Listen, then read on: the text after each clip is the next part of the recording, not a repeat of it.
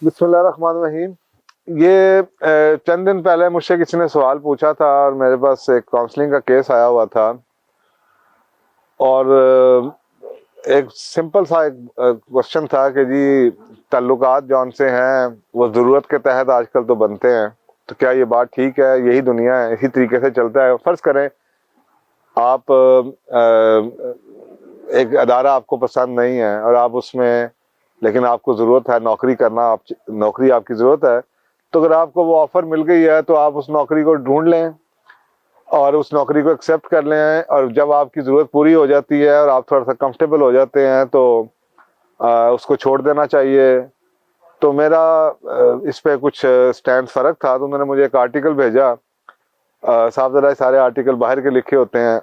انہوں نے جناب وہ شیئر کیا کہ جی دیکھیں یہ لوگ تو، ہم تو صاحب ذرا یہی پڑھتے ہیں. تو مجھے بڑا تعجب ہوا. میں نے کہا دیکھیں وقت بدلتے وقت کے ساتھ ساتھ کافی کچھ بدل گیا، اور اس لیے ہم کہتے ہیں کہ جو آپ پڑھ رہے ہوتے ہیں، جو سن رہے ہوتے ہیں، جو ہو رہا ہوتا ہے وہ اتنا اہم نہیں ہوتا. آپ کو یہ بھی پتا ہونا چاہیے کہ وہ جو شخص ہے جو کہنے والا ہے یا جو لکھنے والا ہے وہ کون ہے، اس کی بیک گراؤنڈ بھی پتا ہونی چاہیے. اب ویسٹ کی فلسفی آپ یوز کر رہے ہیں تو یہ ضروری نہیں کہ ویسٹ کی ہر چیز ہی خراب ہے، لیکن کم از کم وہ چیزیں تو آپ ایکسیپٹ کر سکتے ہیں جو کہ ہمارے قوانین قدرت کے ساتھ جن کی مطابقت ہے. لیکن جو قرآن کے اور سنہ کے اگینسٹ ہیں، کانٹراڈکٹری ہے، اس میں کم از کم آپ کو اس کو ایک لمحے کے لیے سوچنا ضرور چاہیے، آنکھیں بند کر کے ایکسیپٹ نہیں کرنا چاہیے. تو وہ اس آرٹیکل میں یہی لکھا تھا کہ جی یہ ایسا ہی ہے، دنیا ایسے ہی چلتی ہے اور ایسا ہی ہوتا ہے. جو امپلائر ہے وہ بھی یہی کر رہا ہے کہ وہ بھی ان لوگوں کو ہائر کر لیتا ہے ضرورت کے وقت، جب اس کی فیکٹری میں کوئی مسئلہ ہے یا کچھ اور، اس کے بعد جب جو ہی وہ ضرورت پوری ہوتی ہے تو ان کو نکال کے کسی اور کو. تو یہ دنیا کا نظام تو ایسے ہی چلتا ہے ضرورت کے اوپر. میرا پوائنٹ بڑا اس کے اوپر کلیئر تھا کہ یار ضرورت کے اوپر نہیں چلتا، نہ چلنا چاہیے. کمٹمنٹس پہ چلتے ہیں رشتے. آپ کو اللہ پہ بھروسہ ہونا چاہیے. اگر آپ کو تھوڑا بہت ٹائم لگ گیا ہے، اور اگر آپ کو فرض کریں کسی چیز کی مسئلہ بھی ہے اور آپ کو کوئی پرابلم بھی ہے، تو اگر میرا خیال ہے کہ اگر آپ 10 میں سے 8 نوکریاں آپ کو نہیں ملیں گی تو شاید کوئی ایک آدھی نوکری اس پہ بھی مل جائے آپ کو کہ آپ اسے کہیں کہ جناب میں صرف 1 سال کام کرنا چاہتا ہوں یا میں 6 مہینے کام کرنا چاہتا ہوں، اور وہ آپ کو کانٹریکٹ پہ مل جائے گی. تھوڑی سی تنخواہ شاید کم مل جائے لیکن آپ کو مل جائے گی، کیونکہ آپ کا ایمان ہونا چاہیے کہ آپ نے کسی طرح کی غلط بات نہیں کرنی. لیکن ہمیں شاید ان چیزوں کی سمجھ نہیں ہے کہ کمٹمنٹس کیا ہوتی ہیں. دنیا کا جتنا بھی نظام ہے نا، یہ سارے ہم ان کو سوشل کانٹریکٹس کہتے ہیں. اور سوشل کانٹریکٹس کے بارے میں قرآن پاک میں بھی میاں بیوی کے رشتوں کے حوالے سے اور باقی جو آپ کے بزنس کے آپ رشتے خود فارم کرتے ہیں ان کے بارے میں قوانین بڑے فرق اور بڑے کلیئر کٹ ہیں. تو یہ ایک سوشل کانٹریکٹ ہے، چاہے امپلائی اور امپلائر کا رشتہ ہو یہ بھی سوشل کانٹریکٹ ہے، اور اس کے علاوہ چاہے ایک ٹیچر اور اسٹوڈنٹ کا رشتہ ہو وہ بھی ایک سوشل کانٹریکٹ ہے. سوشل کانٹریکٹ ہے شادی جیسے ہوتی ہے، میاں بیوی ہیں، وہ بھی ایک سوشل کانٹریکٹ ہے. یہ سارے سوشل کانٹریکٹ ہیں. اور جو سوشل کانٹریکٹس ہوتے ہیں، آپ دیکھیں بزنس میں جتنی بھی ڈیلنگز ہو رہی ہیں یہ سب سوشل کانٹریکٹس ہیں.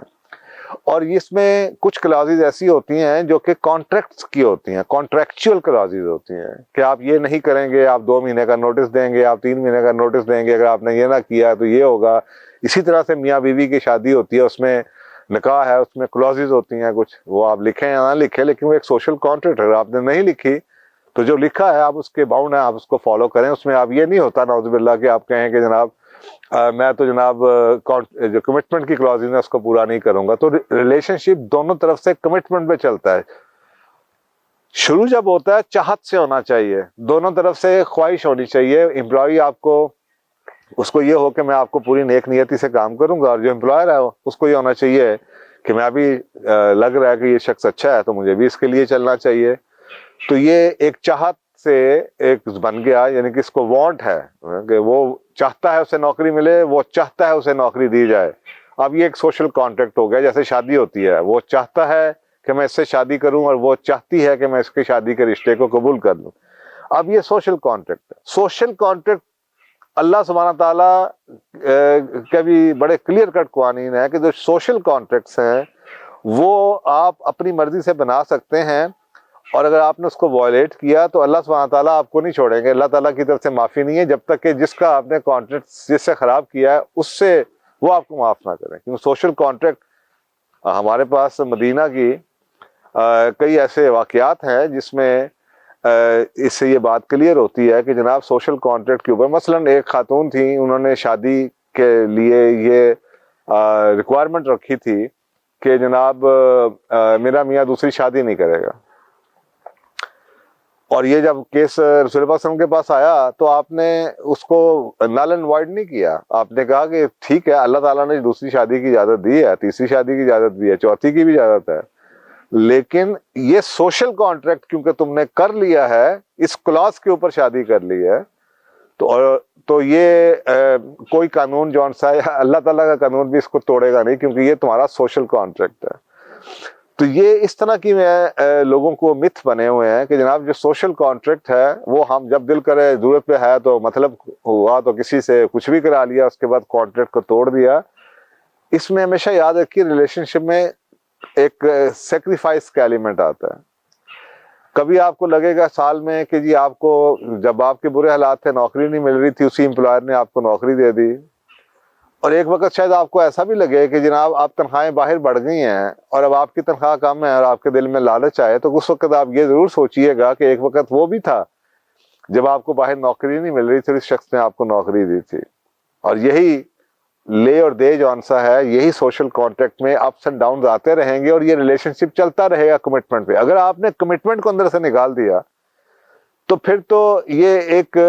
سیلفش دنیا بن جائے گی، جیسے کہ ویسٹ میں آپ کو نظر آتا ہے کہ مطلب کے اوپر شادیاں ہوتی ہیں، مطلب کے اوپر سب کچھ ہوتا ہے۔ تو میرا خیال ہے کہ اس کے بارے میں آپ کو یہ جو کمٹمنٹ ہے اس کو پرائم ہونی چاہیے، بنانے کا